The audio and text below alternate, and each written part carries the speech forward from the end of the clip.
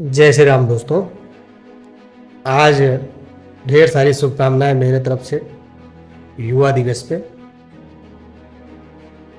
भारत का युवा वास्तव में प्रतिनिधित्व भारतीय राजनीति या भारत के हर क्षेत्र में करने वाला है, ओजस्वी है, तेजस्वी है।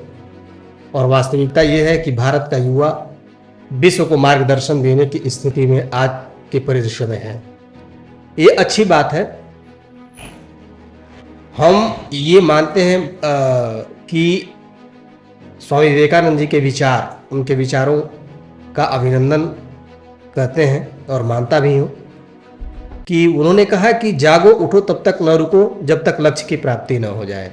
बात सही है, लेकिन ये हमें अनिवार्य रूप से जानने की आवश्यकता है कि एक्चुअल में हमारा लक्ष्य है क्या, हम किस लक्ष्य के लिए काम कर रहे हैं। हमारा लक्ष्य ये भी जानना आवश्यक है कि हम जीवन में जिस लक्ष्य के प्रति अपने आप को समर्पित कर रहे हैं, हमारा समर्पण है, क्या वो सिर्फ धन की कामना है, क्या वह बड़े बड़े घरों की कामना है, या बड़े बड़े गाड़ियों की कामना है, या राष्ट्रवाद, हिंदुत्ववाद, या हमारी विचारधारा अपने राष्ट्र के प्रति समर्पित है, या हम ये देखना चाहते हैं कि हमारा राष्ट्र की जो दिशा और दशा है उसको कहीं ना कहीं सुरक्षित करने में हमारा कितना योगदान है।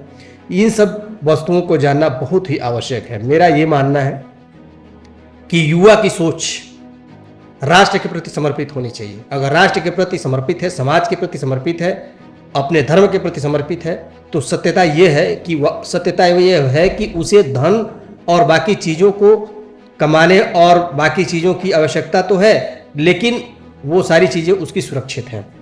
तो मैं यह मान के चलता हूँ कि भारतीय परिदृश्य में भारत का युवा ये मान के चले कि उसको कहीं ना कहीं उसकी विचारधारा में उर्वरा शक्ति का होना अति आवश्यक है।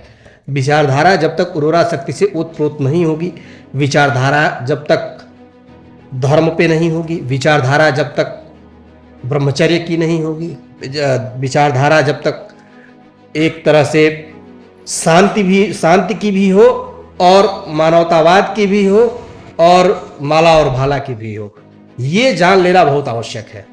आज हमारा बहुत सारा युवा, मैं देख रहा हूँ हिंदू धर्म में बहुत सारी जो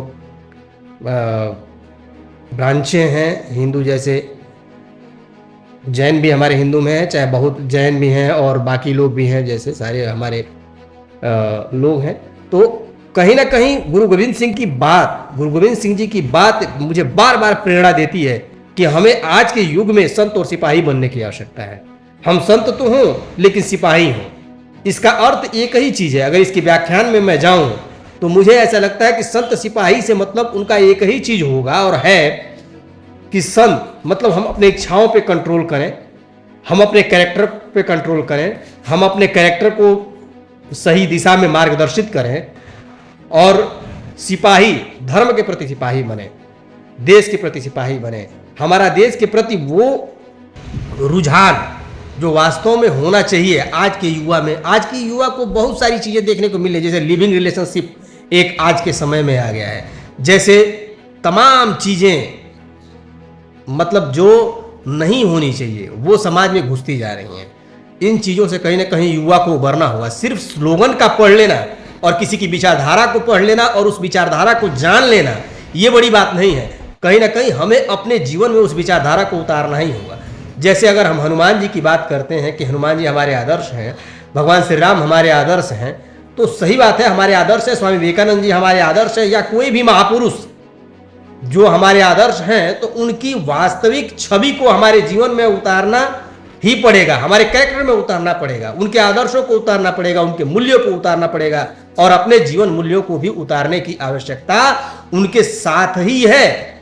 अगर हम ऐसा कर पाते हैं तभी इस स्लोगन का कोई मतलब है, नहीं तो हम ये बार बार लिखते जाएं कि चलो उठो जब तक लक्ष्य की प्राप्ति ना हो तब तक चलते रहो। ये बात ठीक है, हमें लक्ष्य का भी निर्धारण, वास्तव में हमारा लक्ष्य क्या है, हमें अपने राष्ट्र के प्रति सजगता चाहिए या किसी तरह से धन चाहिए कि लूट खसोट के कोई किसी तरह से हमें धन मिल जाए, हम धनी हो जाए, ऐसा नहीं है। हमारी विचारधारा में वो उर्वरा शक्ति का होना अति आवश्यक है, ये मेरा मानना है। और मैं ये आज इस दिवस पे सबको साधुवाद और धन्यवाद देता हूं और अपने युवाओं को ये कहता हूं कि 2-4 चीजों से हमें निकलने की आवश्यकता है। नशे से, किसी प्रकार का भी नशा हो। चारित्रिक विकास का होना अति आवश्यक है और धार्मिक रूप से चेतना का जागरण आवश्यक है। हमें यह भी जानना होगा, हमें सेक्युलर शब्दों से बचना होगा, हमें सेक्युलरिटी से बचना होगा। ये शब्द जो विष की तरह हमारे जीवन में घोले गए हैं और घोले जा रहे हैं, उनको समाप्त कर देने की आवश्यकता है। इसलिए मैं अपने युवाओं से कहूँगा वो सामने आए और राष्ट्र के प्रति सोचें और राष्ट्र की चेतना को जगाने का प्रयास करें। इसी में हम सबकी भलाई है। आज कल से कुंभ भी शुरू हो रहा है, 13 तारीख से कुंभ शुरू हो रहा है। मेरे तरफ से कुंभ के लिए भी बहुत बहुत शुभकामनाएं और माँ गंगा को प्रणाम करते हुए वहाँ पे आए हुए सारे संत, साधु संत और वहाँ की व्यवस्था को भी मैं बार बार प्रणाम करता हूँ। जय जय श्री राम।